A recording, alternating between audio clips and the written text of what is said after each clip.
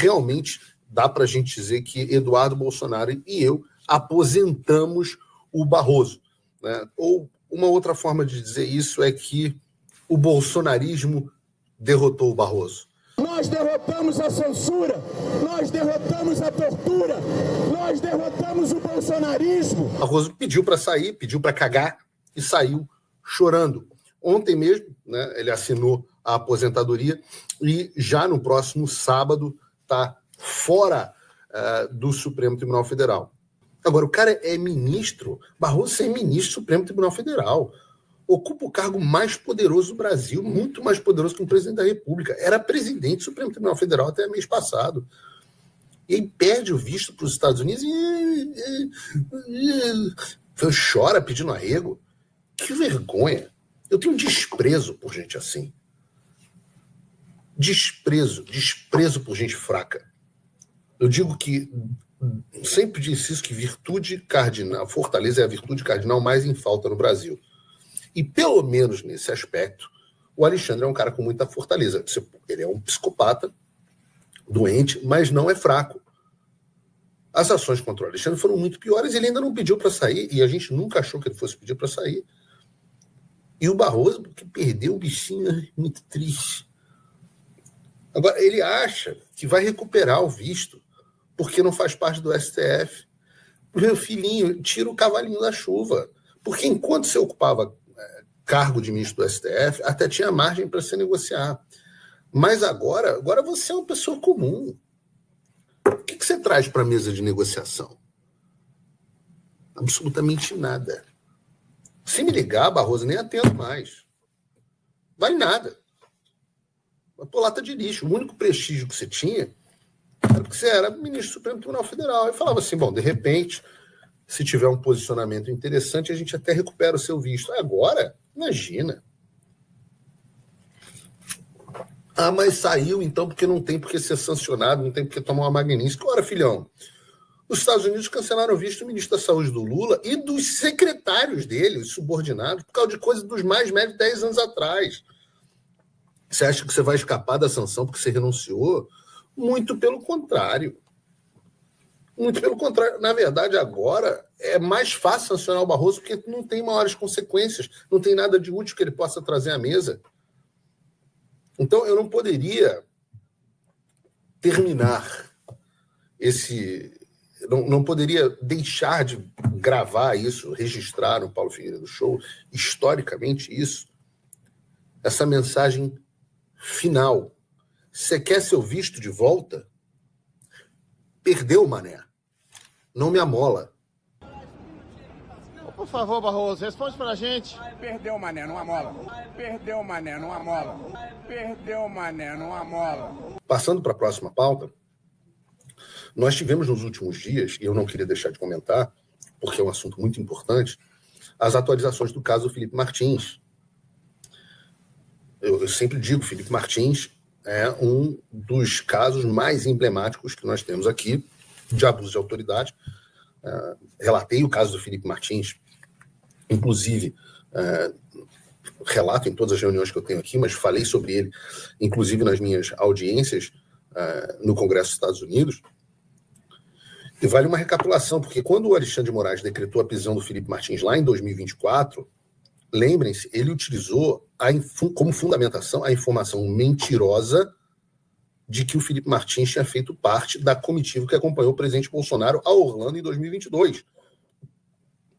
Mas que não haveria nenhum retorno dele ao Brasil depois disso, nenhum registro de retorno. E se eu não me engano, foi uma notícia do Guilherme Amado que foi utilizada para isso.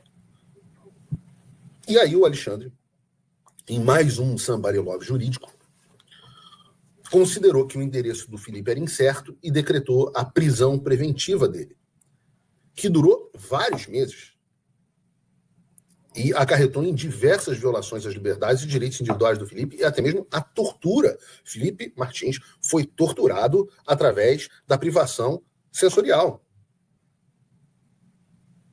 E tem que ser louvado aqui. Porque o Felipe Martins, veja, né?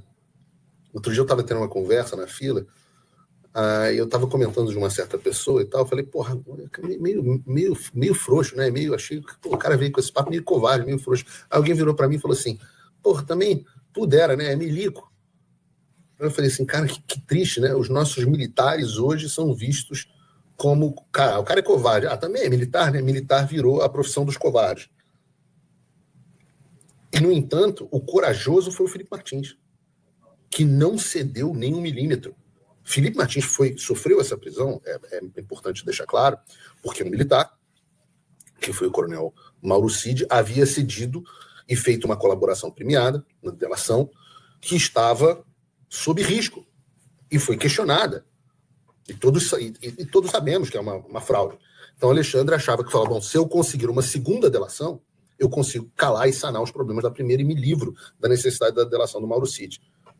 E esse foi o objetivo da prisão do Felipe Martins. E o Felipe não cedeu. E a essa altura todo mundo já sabia na época, que o registro de viagem do Felipe era falso.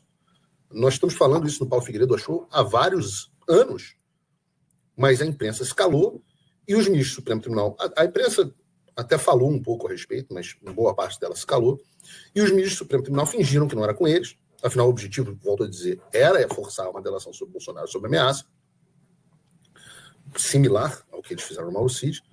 Né? Você prende o cara, pressiona ele, ameaça a família, destrói a vida do cara e oferece uma delação que magicamente vai resolver todos os problemas da vida dele. Mas o Felipe quebrou o plano deles, manteve a cabeça erguida e se manteve firme nos princípios. Né? Como ele mesmo disse, não delatei, não delatarei, porque não há o que delatar.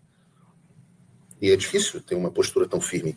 Agora, depois de todo esse período de violações de direitos, da prisão ilegal e tentativas de coerção, a denúncia que é feita por nós, e algo que eu carreguei muito forte aqui dentro dos Estados Unidos, ganhou finalmente respaldo.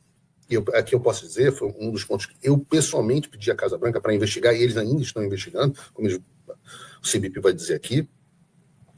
Essa denúncia ganhou respaldo agora de uma declaração oficial do CBP, o Customs and Border Patrol dos Estados Unidos, que é a agência responsável por todo o controle imigratório relacionado ao país. Eu quero ler com vocês o que eles escreveram na mensagem. A Alfândega de Proteção de Fronteiras dos Estados Unidos, peraí, deixa eu só aumentar aqui, porque como eu estou ausente, vamos lá. A Alfândega de Proteção de Fronteira dos Estados Unidos, US Customs and Border Patrol, CBP, anunciou que conduziu uma revisão minuciosa das evidências disponíveis relacionadas às alegações de entrada nos Estados Unidos do cidadão brasileiro Felipe Martins em 30 de dezembro de 2022. Ao concluir a revisão, foi determinado que o senhor Martins não entrou nos Estados Unidos nesta data. Na posição oficial. Esta constatação contradiz diretamente as afirmações feitas pelo ministro do Supremo Tribunal Federal do Brasil, Alexandre de Moraes, indivíduo que foi recentemente sancionado pelos Estados Unidos por violações de direitos humanos contra o povo brasileiro. Reconhecemos que o ministro Moraes citou um registro incorreto para justificar a prisão prolongada do senhor Martins. A inclusão desse registro impreciso nos sistemas oficiais da CBP continua sob investigação e a agência tomará as medidas apropriadas para evitar que discrepâncias semelhantes ocorram no futuro. Porque Alexandre já tinha muito mais informações de que o Felipe não estava lá. Os registros não eram suficientes para decretar a prisão preventiva. Ainda que, vamos voltar aqui, ainda que o Felipe tivesse ido aos Estados Unidos, não há nada de ilegal em ir para os Estados Unidos. O Felipe não era procurado, não foi chamado pela justiça, não houve nada. O Felipe foi encontrado no Brasil, na sua casa. A utilização desses dados errados colocados dentro do CBP, apesar das inúmeras provas de defesa e a manutenção indevida da prisão do Felipe, é que são o grande escândalo. Para que a gente nunca perca a direção desse sentido. Porque amanhã se descobre, não foi má fé, foi um erro. Não, foi um erro a inclusão dentro do sistema. Pode ter sido um erro, mas a utilização desses dados certamente foi má fé. Essa certamente foi má fé. Eu não vou fazer aqui, eu vejo algumas pessoas fazendo, talvez elas tenham informações que a Casa Branca não tem, que eu também não tenho. É possível, a gente não sabe tudo. Mas eu vejo algumas pessoas dizendo assim, o caso Felipe Martins será a bala de prata, etc, etc. Eu falo assim, olha, isso ignora o grau de abuso e absurdo que nós já sabemos que o caso do Felipe Martins tem. Isso não muda e não minimiza a gravidade dos fatos que ocorreram com o Felipe Martins. E o que a gente está encontrando aqui, com essa declaração do CBP, é uma prova de que Alexandre de Moraes cometeu crime de abuso de autoridade. Mais uma. Porque já sabia que essas informações eram errôneas e ainda assim manteve a prisão o máximo que pôde, até que viu que Felipe não iria fazer a delação. Continua a nota. O próprio CBP, continua na nota, o CBP condena veementemente qualquer uso indevido desse registro falso para sustentar a condenação ou prisão do senhor Martins ou de qualquer outra pessoa. Reafirmamos o nosso compromisso em manter a integridade dos registros fronteiriços e em defender os princípios de direitos humanos. Há mais informações, blá, blá, blá. O ponto é, outro ponto, é que nós temos uma declaração, mais uma declaração do governo americano. Alô, Globo News, alô, Dora Kremer. Vocês estavam dizendo que o governo Trump tinha recuado. Então, esse governo Trump está escrevendo uma nota dizendo que o pseudo-juiz Alexandre de Moraes se utilizou de informações falsas para justificar a prisão prolongada de um cidadão brasileiro que até hoje está com os seus direitos, para justificar. O Felipe continua com os seus direitos restritos e está sob possibilidade de ir para a prisão em breve. E digo mais, a nota do CBP deixa claro que a investigação para descobrir quem incluiu esse registro fraudulento no sistema deles continua.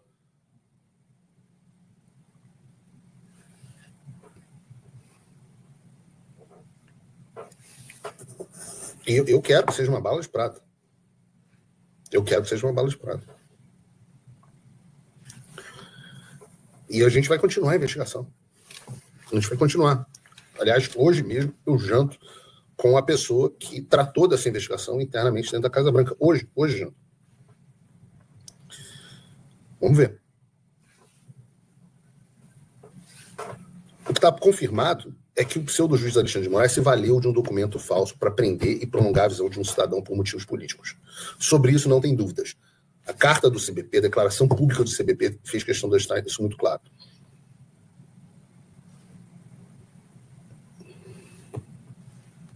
Eu fico perguntando, será que o Trump perguntar, ou o Marco Rubio perguntar sobre isso para o Mauro Vieira, o que acontece?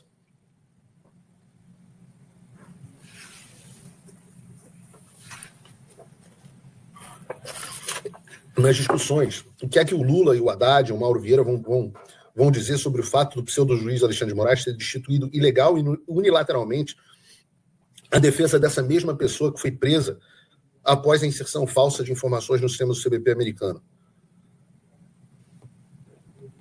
Ou agora o juiz pode decidir demitir advogado réu por terem abusado do poder de defesa? Isso também é Estado Democrático de Direito?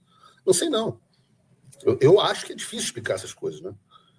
Então você, meu amiguinho, empolgado com as negociações do Brasil e Estados Unidos, fica com os olhos abertos, que tem muita coisa para acontecer ainda. Cenas dos próximos capítulos. Eu queria falar mais sobre o caso do Felipe, mas há outro caso importante, porque eu digo, você vai acumulando inimigos, você vai acumulando abusos. E o Alexandre tentou dar muitos passos maiores que a perna. Não só no caso do Felipe Martins, mas nós tivemos também nos últimos dias o caso da Flávia Magalhães.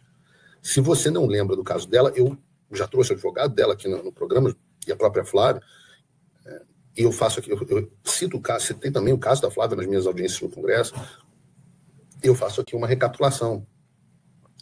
No dia 15 de junho de 2023, a Flávia, que é uma brasileira, mas é uma cidadã americana que mora nos Estados Unidos, fez um post criticando o Alexandre de Moraes. Na verdade, acho que ela fez um post criticando as urnas eletrônicas, algo assim. Acho que ela fez um Brasil Stone, uma coisa assim. E essa foi uma postagem feita em solo americano, em uma rede social americana e por uma cidadã americana. Então, uma pessoa que está completamente coberta pelas leis e pela Constituição dos Estados Unidos, inclusive no que tange a liberdade de expressão. No entanto, algumas semanas depois, ela descobriu que a conta dela no X havia sido banida por uma decisão judicial brasileira. A vida dela continuou e em dezembro de 2023, por razões médicas, ela decidiu ir para o Brasil. Muitas vezes a gente vai para o Brasil, é uma coisa que eu obviamente não vou, mas muitos de nós que moramos nos Estados Unidos vamos ao Brasil para tratar de saúde, porque a saúde aqui nos Estados Unidos é uma bosta. É uma bosta. Não é que a saúde toda é uma bosta, né? Mas é ruim você... Sei lá, a gente não gosta. A gente gosta do nosso médico no Brasil. Se você tem plano de saúde, né? Se você tem acesso a médicos privados no Brasil, o SUS, obviamente, não é bom. Mas se você tem acesso a médicos privados no Brasil, você prefere se tratar no Brasil. E essa pior é que é verdade isso para a maioria dos brasileiros. Que se tem alguém aqui no chat que mora nos Estados Unidos e vai fazer tratamento médico e dentário no Brasil, fala aqui, mas enfim, ela decidiu ir ao Brasil. E aqui começou uma surpresa, porque quando ela chegou em Recife, ela descobriu uma notificação da Polícia Federal dizendo que o passaporte dela era falso. E ela soube disso porque deu a sorte de encontrar um agente da Polícia Federal que não faz parte da Gestapo do Alexandre e que confirmou que o passaporte dela era verdadeiro e informou a Flávia que havia uma restrição no passaporte brasileiro dela, recomendando então que ela entrasse no Brasil com o passaporte americano. Ela gravou um áudio explicando tudo isso para uma amiga e esse áudio viralizou. Depois disso, ela deu uma entrevista ao meu amigo, querido amigo, um abraço para ele, saudades, Coronel Gerson Gomes, e a partir daí a perseguição se intensificou ainda mais. Em abril de 2024, ela descobriu uma ordem de prisão contra ela, datada de 8 de fevereiro de 2024. Porém, uma vez que o advogado dela teve acesso ao processo, descobriu que a ordem de prisão havia sido dada no dia 30 de dezembro de 2023, algumas semanas depois dela retornar ao Brasil. E no mandado de prisão constava o nome do passaporte americano dela, Flávia Magalhães Soares. Talvez percebendo que a cagada tinha ficado evidente demais, em janeiro de 2024, o Alexandre muda o mandado de prisão e adiciona também o passaporte brasileiro dela. Um mês depois, a Flávia vai e participa de uma manifestação na Flórida, como ela já estava acostumada a fazer aqui com meus queridos amigos da IS Brasil. Chegando lá, ela teve uma surpresa. A organização do evento avisa ela que, diferente do que acontecia normalmente, ela não iria discursar na manifestação e ficaria em uma posição menos visível na barraca d'água. A razão? A presença de agentes da Polícia Federal do Brasil na manifestação. A Polícia Federal do Brasil estava monitorando uma cidadã americana em Fort Lauderdale, na Flórida, por publicações que ela havia feito criticando o Supremo Tribunal Federal. Tudo isso sem o consentimento ou ciência das autoridades americanas e de maneira completa e absolutamente legal. Como esses mafiosos gostam que seja feito. Inclusive, eu posso dizer aqui que órgãos de inteligência, isso é a primeira vez que eu estou dizendo isso, mas órgãos de inteligência aliados procuraram Eduardo Bolsonaro e eu para nos avisar que nós também estávamos sendo alvos de monitoramento ilegal em solo americano. Algo que nós, obviamente, tomamos ciência e passamos a ter cuidado. E isso é algo que nós nunca dissemos publicamente, mas é a verdade. Nós recebemos informações de que também estávamos sendo alvo de monitoramento, inclusive, pessoalmente, ilegais por agentes da Gestapo brasileira. Fato é que a Flávia relata que havia diversos agentes da Polícia Federal, sendo que um específico ficou rodeando a barraca de água e monitorando o que ela estava fazendo. Para a sorte da Flávia, um homem chegou para cumprimentá-la, porque havia visto a Flávia dar entrevista do Coronel Gerson, e então ela pediu que ele ficasse ali na barraca d'água, impedindo até que ela estivesse sozinha na presença dos agentes da Polícia Federal. Agora, vejam só o grau de distopia que nós estamos vivendo. Na última quinta-feira, o advogado da Flávia Magalhães, que já entrevistamos aqui, o doutor Paulo Faria, teve acesso aos autos do processo, finalmente, e lá havia um documento da coordenação geral da Polícia Internacional da Polícia Federal, cujo assunto era um mandado de prisão contra ela datado em 8 de janeiro de 2024. Juntando esses fatos, nós temos uma cidadã americana que foi perseguida por fazer postagem na internet, que só não foi presa no Brasil porque encontrou um agente da Polícia Federal que não se rendeu ao regime e alertou para que ela entrasse no país com passaporte americano. Ela que foi alvo de um mandado de prisão e um mês depois estava sendo monitorada em solo americano pela Polícia Federal. Qual era o intuito desse monitoramento ilegal? Eu me pergunto. Sequestrar a Flávia Magalhães, assim como os juízes auxiliares do Alexandre sugeriram que fizessem com Alan dos Santos, mandar os jagunços para sequestrar uma cidadã americana em plena Flórida? Se vierem me sequestrar, vão ter trabalho. Vão ter trabalho. As evidências são muito graves. Primeiro, a gente está falando aqui em fraude em documentos oficiais de uma agência federal americana, no caso Felipe Martins, e agora nós estamos falando de uma possível interferência policial brasileira contra uma cidadã americana dentro de território dos Estados Unidos. Na última segunda-feira, nessa semana, a Flávia divulgou que, algo que gentilmente, obviamente eu já tinha conhecimento, mas ela tornou público, o fato de que os advogados do Elon Musk entraram em contato com ela, colocando uma equipe à sua disposição para defendê-la, inclusive na Justiça dos Estados Unidos.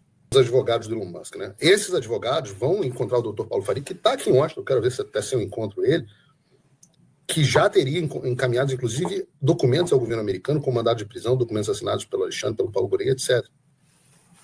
E o que vai acontecer ao certo, ninguém sabe. O que a gente sabe é que o cerco está se fechando contra o regime e muito mais estava oculto até agora está sendo exposto. Agora é a hora de pressão. E eu estou convicto que no final de tudo a gente vai ser vencedor. Eu não estou vendo recuo do Trump. E esse é o ponto, né? As pessoas pensam que esses trabalhos param, mas não são múltiplas frentes. São múltiplas ações. Agora tem a contratação de um advogado para trabalhar junto com o Departamento de Justiça para evitar que o Departamento de Justiça aceite pedidos de cooperação vindo do Alexandre de Moraes. Veja que interessante. Uma nova frente de ação. E é assim que a gente vai minando o regime. Então nós temos juízes arregando, juízes auxiliares arregando. Ah, não, mas agora vai sair, quem vai entrar? Vai entrar o Bessias, não interessa, a gente vai continuar a pressão. Nós vamos continuar a pressão. Ah, mas e se o Trump fizer um acordo, o Lula oferecer o toba para o Trump e o Trump falar assim, porra, pelo toba, esse toba murcho aí, tudo bem, beleza, vamos embora. Vamos fazer aqui um acordo, vamos retirar as tarifas. A gente continua fazendo o que está fazendo. Eu confio que Deus vai fazer o que é melhor. Eu faço a minha parte e Deus entrega o resto. A segunda razão para minha confiança na vitória é que a gente está vendo o governo Trump simplesmente para qualquer um, para tirando qualquer dúvida de que ele vai responsabilizar aqueles que são responsáveis pelas violações de direitos humanos de cidadãos americanos. Vale para o caso do Felipe Martins, vale para o caso da Flávia Magalhães, e também há outras discussões como a questão do tráfico de drogas. Uma área a qual o Brasil está muito familiarizado. A diretiva do governo Trump é muito clara, eles estão dispostos a usar todo o arsenal diplomático americano e até militar para fazer valer a política externa dos Estados Unidos. E aí, seja no caso da parte diplomática para garantir a liberdade de expressão, ou na parte diplomática e militar para proteger o país do tráfico. E evidência disso é que foi noticiado na tarde de ontem que os Estados Unidos revogaram o visto de mais de 50 políticos mexicanos e seus aliados por ligações com o crime organizado. Pô, se essa moda pega no Brasil, vai ter muita gente perdendo o visto também, né? Reportagem da Reuters diz assim, o governo dos Estados Unidos revogou os vistos de pelo menos 50 políticos e funcionários públicos no México, em meio à ofensiva do governo Trump contra cartéis de drogas e seus supostos aliados políticos. Reuters, né? Supostos aliados políticos, dizem 2 funcionários mexicanos na Reuters. Alguns desses casos se tornaram públicos, mas a apuração da Reuters mostra que as revogações de vistos são muito mais amplas do que se havia informado. Segundo 3 ex-embaixadores dos Estados Unidos, governos anteriores também revogaram o visto dessa forma, mas não na mesma escala, o que, segundo eles, indica a disposição do presidente Trump em utilizar esse instrumento diplomático para alcançar os seus objetivos políticos. A medida causou um impacto silencioso entre a elite política mexicana, que costumava viajar com frequência aos Estados Unidos e depende de visto para isso. Ela também marca uma ampliação significativa das ações antidrogas dos Estados Unidos, com o governo Trump mirando em políticos ativos, normalmente considerados sensíveis do ponto de vista diplomático. Uma das fontes, um político mexicano de alto escalão, afirmou que mais de 50 membros do partido governista Morena tiveram seus vistos revogados, além de dezenas de integrantes de outros partidos. As fontes pediram anonimato por se tratar de um tema delicado. O governo Trump também tem revogado vistos em outras partes da América Latina, contra o que se considera adversários políticos e ideológicos. Christopher Landau, ex-embaixador dos Estados Unidos no México, número 2 do Departamento de Estado, já postou várias coisas sobre o Brasil, né? Não esconde sua preferência por negar a entrada aos Estados Unidos, chamando a si mesmo no X de El Quitavisas, os caça-vistos. O Departamento de Estado afirmou no mês passado que retiraria o visto do presidente colombiano Gustavo Petro após ele participar de uma manifestação pró-Palestina em Nova York e conclamar soldados norte-americanos a desobedecer às ordens de Trump. O Petro reagiu dizendo, eu não me importo. No Brasil, mais de 20 juízes e autoridades de alto escalão, notícia da Reuters, perderam seu visto, enquanto na Costa Rica, pelo menos 14 políticos e empresários, incluindo o ex-presidente ganhador do Prêmio Nobel da Paz, Oscar Arias, tiveram seus vídeos revogados. Arias, crítico de Trump nas redes sociais, afirmou não ter recebido explicação para a decisão. Essa é a administração Trump. Trump, ou como diz o Valdemar, Trump, que tem responsabilizado agentes que trabalham com interesse, contra o interesse nacional dos Estados Unidos por todos os lugares. Estou falando de México, Brasil, Costa Rica, Colômbia e onde quer que seja necessário. E para alguns, isso é tão forte que o cara rega para o cargo de ministro do Supremo Tribunal Federal. E se o Trump tem impulso para combater os cartéis mexicanos, que são algumas das organizações criminosas mais poderosas do mundo, que dirá esses bandidinhos da Polícia Federal, da PGR, do STF? Não tem opção diplomática que não seja considerada pelo governo Trump. E vocês vejam que no Brasil ele tomou ações muito mais severas até do que outros países. O que mostra o grau de preocupação dele com o nosso Brasil. No México, a gente só teve cancelamento de visto. No Brasil, a gente tem a lei Magnitsky aplicada ao ministro da Suprema Corte, sua esposa e as suas empresas. Então, você pense sobre isso na próxima vez que você achar que o Trump não está nem aí para o Brasil. Né? E leve em consideração esses escândalos que eu falei. Flávio Magalhães, Felipe Martins e todas as outras coisas que nós vamos buscar. Como a gente está vendo, o governo Trump é um governo que não recua até que ele alcance os objetivos estratégicos, e eu tenho certeza que não será diferente do Brasil. Importante ressaltar, finalizando, que o Marco Rubio é o único que vai tratar, né, em todo o resto do mundo, quem trata da questão comercial é a equipe comercial. É do secretário Bessent, do Greer, que é representante comercial dos Estados Unidos, e outros atores comerciais. Apenas o Brasil, devido ao forte conteúdo político, que hoje foi reafirmado por Scott Bessent e Greer, né, numa coletiva de imprensa, na sede do FMI Banco Mundial, mas apenas o Brasil é que terá como líder, negociador da questão comercial, o secretário Marco Rubio. Então isso daí diz muito. Eu acredito que ficará impossível de tirar da mesa a política, como seria desejável pelo lado brasileiro.